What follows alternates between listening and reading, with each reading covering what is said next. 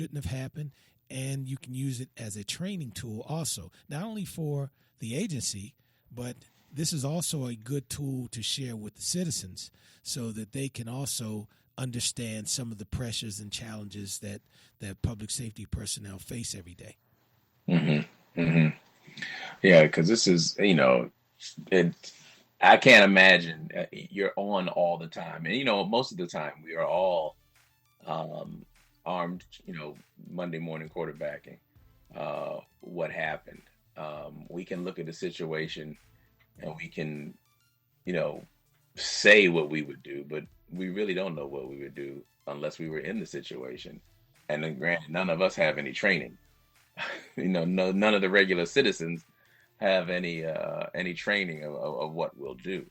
Well, and you bring up But, a great point, and that's why I think in some earlier shows we talked about the importance of people being involved with their police departments because you have some incredible talent in those agencies across the country, and most agencies offer opportunities for citizens to become engaged.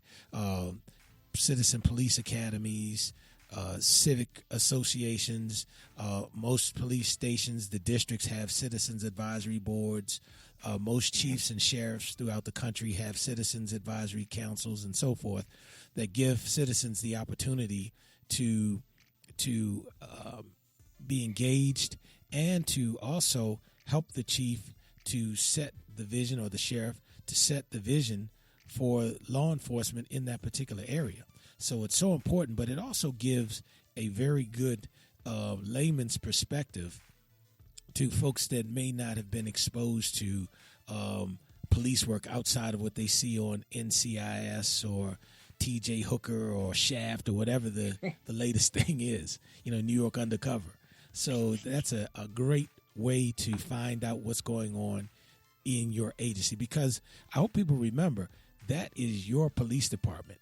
Your tax dollars pay for the shiny vehicles and the weapons and the training. So you might as well be engaged and help to formulate strategies to keep the community safe.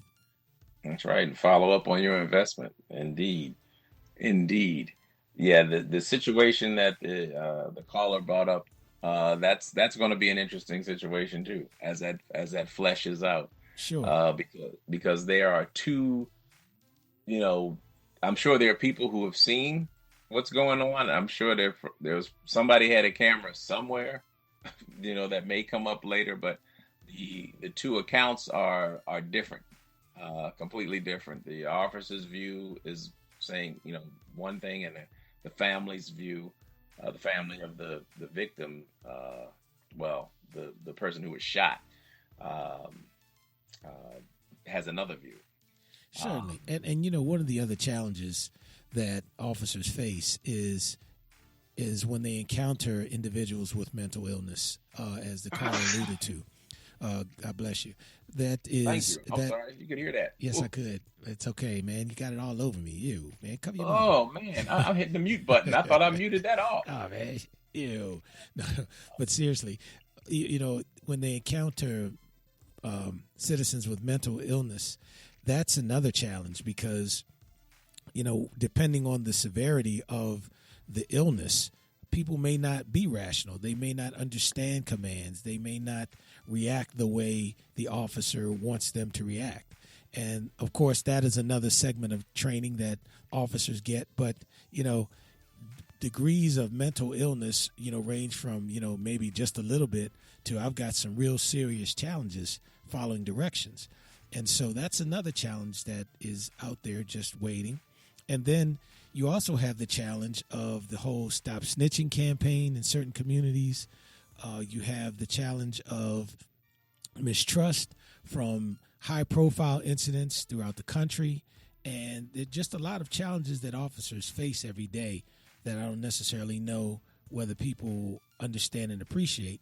And then there's the other thing of, you're working shift work, you're working late hours, you're working holidays and weekends, and officers, just like everybody else, they have bills that may be late. They have that child from hell that won't go to school and won't do their homework. And, they're just, life happens to officers as well, along with other people's lives that they intervene in every single day. So there are a lot of things that can impact what officers do and how they react to things. Again, not making excuses, but when you look at the human factor, those things are a part of life. And then just like everyone else, you have folks that do things well. You have some folks that's like, maybe this isn't for you.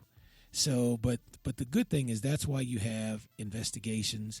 That's why you have citizens to provide information when officers are doing things they shouldn't, but also providing information when officers are doing the right thing. That's important too, because there are a lot of citizens that, again, every day call and say, hey, Officer Smith did a great job, or Officer Phillips did a great job, on top of what you saw on ABC or CNN. Right. Well, you've got to, this is something that's going to be, I'm sure we'll be visiting this again. Hopefully nothing else happens, but before our next show, we hope nothing else happens, but here we already have something that we've got on our radar to kind of watch and see what's happening. But sure, and I'm sure we'll revisit this topic again, because we've come to the end. Yes, we will.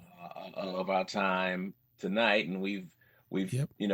We've had some good discussion, just even amongst ourselves, and even some, looking at some of the comments and some of the comments that I'm sure that will continue to come. And our caller, we want to thank our caller for bringing us up to date as we're talking about it. There are more things happening. And Thin, I just got a comment.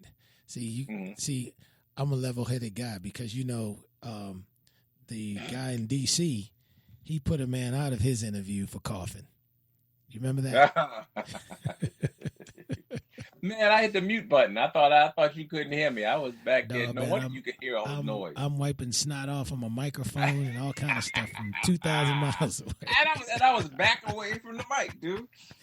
But I got a little bit of am sneeze exactly going on.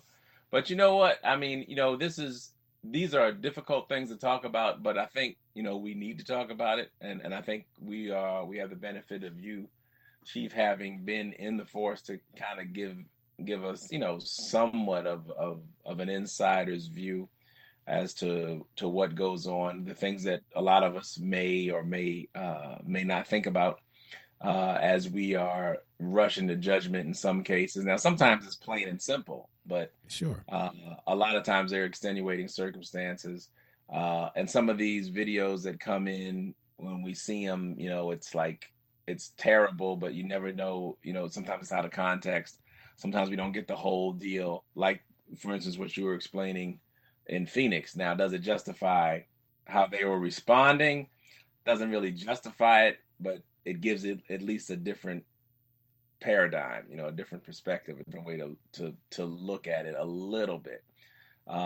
It does give, the context does help. Exactly. And I will say that both chiefs, they were very candid. What I saw in the video was disturbing to me. Now, of course, they are making sure that the due process that is afforded all employees is taking place. But at first blush, when you look at those things, and here's the other thing too, Thin Man, I know you got to close this out. Sometimes that might be the only thing that some people see of an agency, is just that snippet of that video. They may have never had a contact with the police. They might see him waving, driving up and down the street. But the only real thing that they have seen may have been that video, or when they were stopped and given a speeding ticket or something. It didn't, the situation didn't escalate, but that's the only interaction I have. And that's why, again, I just want to stress, it's so important to get involved with your local public safety agencies so that you can really get to know the men and women that are serving you every day. That's right. So, folks, get involved. Again, if there's one theme that runs through whatever it is that we're talking about, whether it's political, whether it has to do with public safety, whether it has to do with health, it's get involved. Sure. Get involved and educate yourself about what's going on. And then, and we're going to have a show in the next couple of weeks, and we're going to have some community activists from throughout the country, and we're going to have them come on and kind of share some of their strategies and success stories and horror stories.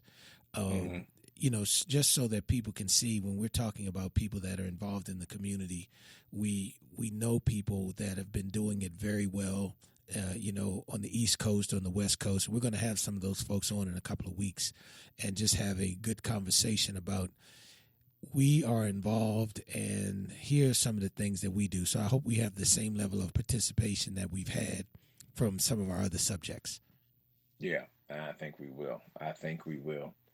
But this has been robust conversation. Indeed, sir. It was robust conversation, and you know, again, can't emphasize enough to, you know, get involved, stay involved, and educate yourself on every aspect of your community.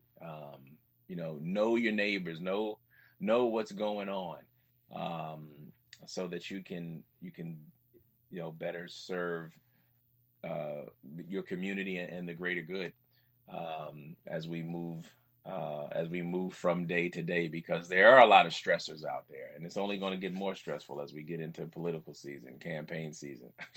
Things are going to get crazier and crazier. Sillier. And people are going to say more inflammatory stuff, and people are going to respond, and someone's going to have to restrain, and all this kind of stuff. So, but anyway, Chief, we have had a good show. We've had a good show, although we were dealing with some hard information and hard things to hear, listening to the audio clips, and hard things for folks, you know, who have seen it.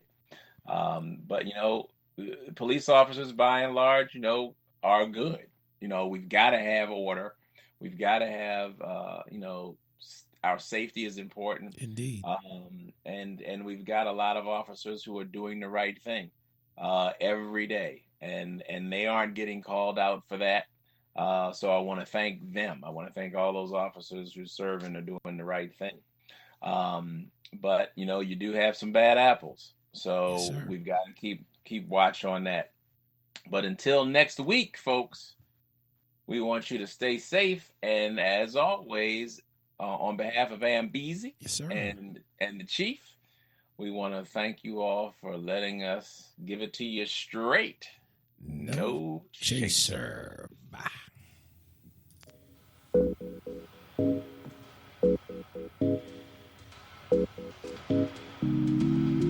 You've been listening to Straight No Chaser. So join us next week for more hot topics.